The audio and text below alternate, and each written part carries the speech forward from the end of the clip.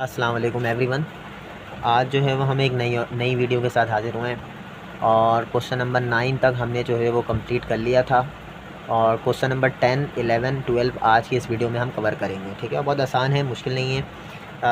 तमाम जितने भी सवाल हैं सब में आपको कह रहा है कि find the angles of the triangle with the given vertices 1, 2, 3, 4 and 2, 5। ठीक है, अब आपने सबसे पहले जो है वो फिगर बना लेनी है। एक ट्राइंगल आप बना लें और उस ट्राइंगल को बनाने के बाद ये ए वर्टेक्स हो जाएगा, ये बी वर्टेक्स हो जाएगा और ये सी वर्टेक्स हो जाएगा। ठीक है, और मुझे ये बात मालूम है कि ये बात आप अंडरस्टूड सी बात है कि ए से बी वाली जो लाइन है या साइड्स है उसको हम M1 सपोज़ कर लेंगे, बी से सी वाली जो साइड है उसको M2 सपोज़ कर लेंगे और ए से सी वाली जो साइड है उसको M3 सपोज़ कर लेंगे। ठीक है, और ये जो मैंने एंगल बनाया है θ1, θ2 और θ3, ये आपने किस तरह से बनाना है।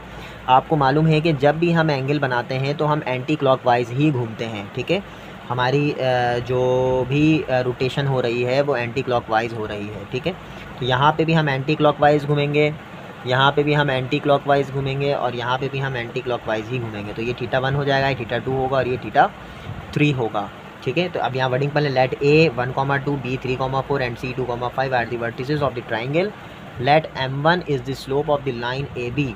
M1 को मैंने क्या लेट किया हुआ है कि ये AB के दरमियान में है। जो लाइन है A और B से जो लाइन बन रही है वो M1 स्लोप होगा उसका। M2 is the slope of line BC के दरमियान M2 लाइन होगी and M3 is the slope of line M3 AC के दरमियान में होगा। तो फिगर यकीनन आप लोगों को समझ में आ गई होगी। हेयर A 1, 2 पॉइंट है, x1, y1 ले लें, B 3, 4 है, x2, y2 ले लें और C 2, 5 है, x3, y3 ले लें। उसके बाद मुझे जो है वो बेसिकली M1, ये जो M1 है, M2 है और M3 है, ये मुझे फाइंड आउट करना है। ठीक है, तो इसके ज़रिए से हम क्या फ़ाइंड आउट करेंगे, एंगल फाइंड आउट करेंगे और हमने ये बहुत सारे सवाल इसके कर चुके हैं हम पिछले क्वेश्चंस के अंदर। ठीक है, तो M1 जो होगा वो किसके दरमियान में, A और B के दरमियान में है। M1 स्लोप जो है वो बेसिकली नहीं, मैं M1 स्लोप निकाल रहा हूँ A और B के दरमियान में। तो मैंने यहाँ पे पॉइंट लिखा है A और B। तो A और B के लिए M1 का जो फॉर्मूला होगा y2 - y1 over x2 - x1।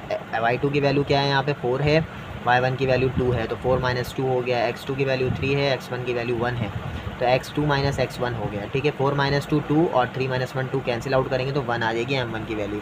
इस तरीके से फाइंडिंग M2 फाइंड आउट करेंगे। M2 किसके दरमियान में है, M2 यहाँ पे देखें B और C के दरमियान में है M2। ठीक है, जो मैंने सपोज़ किया हुआ है। अब इस केस के अंदर M2 जो होगा वो B और C के दरमियान में है, तो ये B और C का रिलेशन लगेगा, यानी y3 - y2 divide by x3 - x2 लगेगा। ठीक है, B और C के लिए तो y3 - y2 divide by x3 - x2। y3 की वैल्यू 5 रख दी, माइनस फॉर्मूले का आ गया, और y2 की वैल्यू 4 रख दी। ठीक है, x3 की वैल्यू 2 रख दी और x2 की वैल्यू 3 रख दी। ठीक है, 5 - 4 1, 2 - 3 -1 और यहाँ पे वैल्यू आ जाएगी -1। M2 की वैल्यू आ गई -1।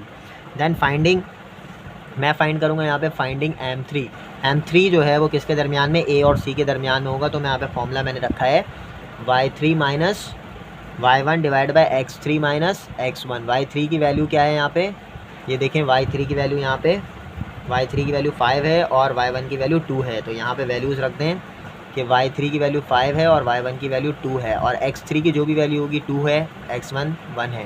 तो यहाँ पे माइनस करें दोनों को और 3/1, यहाँ पे M3 की वैल्यू क्या आ जाएगी, 3 के बराबर। इसी तरीके से आपने बेसिकली क्या करना है, यहाँ पे 4 एंगल 1 फाइंड आउट करनी है। ठीक है, तो tan θ1 बराबर होगा M3 - M1। ये मैंने क्यों लिया, वो इसलिए लिया कि यहाँ पे आप एरो जज करें। एरो जो है वो आपके M1 से निकल रहा है और कहाँ जा रहा है, M3 पे जा रहा है। तो जहाँ पे एंडिंग पॉइंट होगी वही इस फॉर्मूले का स्टार्टिंग पॉइंट होगा। तो M3 - M1 divide by 1 + M3 M1। ठीक है, M3 की वैल्यू 3 है, M1 की वैल्यू 1 है जो हमने यहाँ पे निकाली है। देखिए M1 1 है, M2 -1 है और M3 3 है। तो यहाँ पे आप M3 की वैल्यू क्या रखेंगे, 3, M1 की वैल्यू 1। उसके बाद यहाँ पे इन दोनों का प्रोडक्ट लेंगे, M3 M1, फॉर्मूला यही है। ठीक है, उसके बाद फिर आप सिंप्लीफाई करेंगे और tan इन्वर्स आ जाएगी वैल्यू 1/2। अब ये 1/2 अगर आप थीटा tan इन्वर्स 1/2 निकालते हैं, थीटा tan इन्वर्स 0.5 अगर आप निकालते हैं तो इसकी वैल्यू आ जाएगी 26.56। तो ये बेसिकली जो वैल्यू आ रही है 26.56। ठीक है, इसी तरीके से अगर आप θ2 के लिए ले रहे हैं तो θ2 कहाँ पे बन रहा है, θ2 जो है वो यहाँ बन रहा है और क्लॉकवाइज जा रहा है। ठीक है, एंटी क्लॉकवाइज जा रहा है। तो ये M1 पे ख़त्म हो रहा है, तो M1 से शुरू होगा, M1 - M2 होगा। फॉर्मूला क्या बन रहा है, M1 minus M2 1 plus M1 M2। M1 की वैल्यू 1 है, बीच में फॉर्मूले का माइनस आ गया। M2 की वैल्यू क्या है, ये यहाँ देखें -1 है, तो M2 की वैल्यू अब यहाँ पे क्या रख देंगे, -1 रख देंगे। इसी तरीके से 1 प्लस M1 फिर 1 आ गया, M2 -1 प्रोडक्ट आ गया, तो 1 प्लस 1 बेसिकली यहाँ पे 1 प्लस 1 लिख दिया, 1 माइनस 1 0 होता है, तो 2/0 आ गया, 2/0 इन्फिनिटी।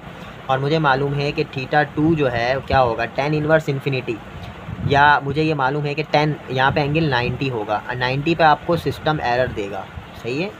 तो θ2 जो होगा वो बेसिकली 90 के बराबर होगा। ये मैं इन्फिनिटी रख नहीं सकता कैलकुलेटर में, लेकिन मुझे ये मालूम है कि 10 90 इन्फिनिटी के बराबर होता है, तो θ2 किसके बराबर हुआ, 90 के बराबर हुआ। 4 θ3 के केस में आपके पास M2 minus M3 divide by 1 plus M2 M3 होगा। क्यों, क्योंकि θ3 जो है वो बेसिकली बन रहा है M3 से शुरू हो रहा है और M2 में जाके ख़त्म हो रहा है, तो M2 माइनस M3 होगा स्टार्टिंग, ठीक है। तो M2 minus M3 divide by 1 plus M2 M3। M2 की वैल्यू -1 आ गई, बीच में फॉर्मूले का माइनस, और M3 की वैल्यू 3 आ गई, जो कि हमने यहाँ पे निकाली हुई है, देखिए 3 और M2 -1 और M1 1, ठीक है। इसी तरीके से यहाँ वैल्यूज़ रखें, सिंप्लीफाई करें, यहाँ पे 2/1, यहाँ पे आंसर 2 आ रहा है, और θ3 tan इनवर्स 2 के बराबर आ रहा है, तो इसको आप निकाल लें यहाँ पे 2 रख के, ठीक है।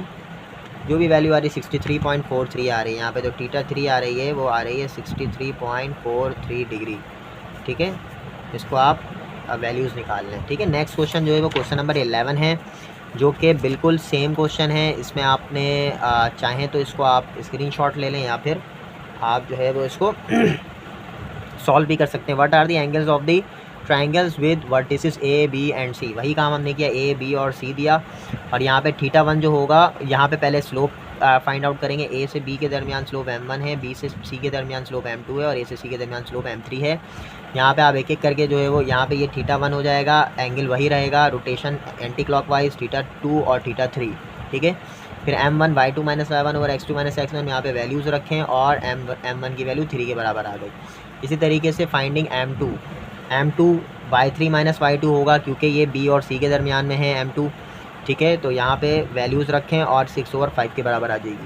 इस तरीके से finding M3 y3 minus y1 होगा, x3 माइनस x1 होगा, क्योंकि ये A और C के दरमियान में है, तो x3 और y3, और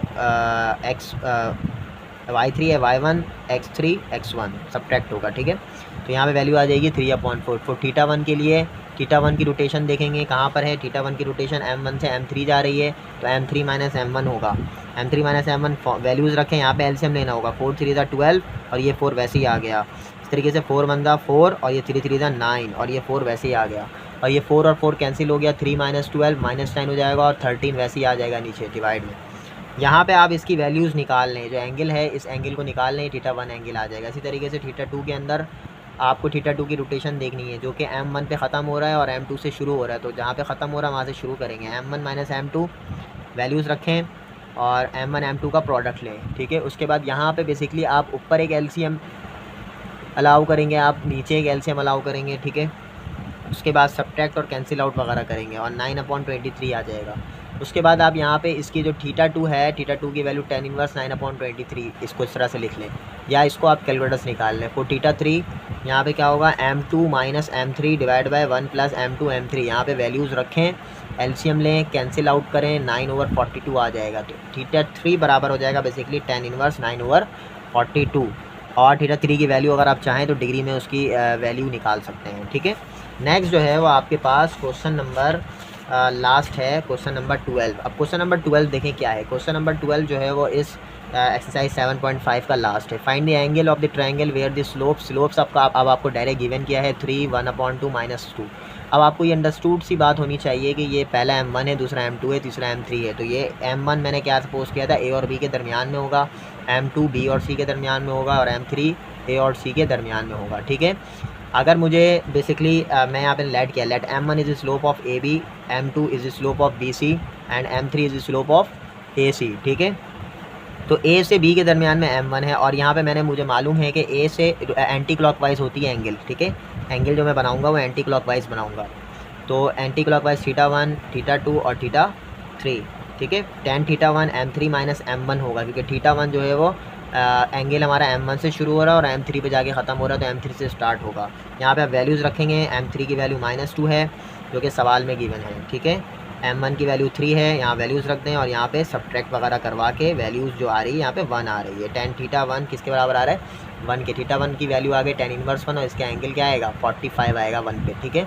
उसके बाद फॉर थीटा 2 निकाल लें जो कि वैल्यू आ रही है m1 माइनस m2। थीटा 2 जो है वो बेसिकली अगर आप फिगर को गौर करें तो फिगर में एंटी क्लॉकवाइज मूव हो रहा है, जो कि m2 से कहाँ जा रहा है m1, तो m1 माइनस m2 होगा। तो m1 माइनस m2, m1 की वैल्यू 3 है, m2 की वैल्यू 1/2 है जो कि सवाल में गिवन है। यहाँ पे आप प्रोडक्ट लेंगे, इसका एलसीएम लेंगे, एलसीएम लेने के बाद 2 से 2 कैंसिल करेंगे, 6 माइनस 1 5 हो जाएगा और 2 + 3 5, 5 और 5 कैंसिल करेंगे, यहाँ पे वैल्यू 1 आएगी। थीटा 2 बराबर आएगा tan इनवर्स यहाँ पे बेसिकली क्या हो रहा है tan इनवर्स 1, ठीक है।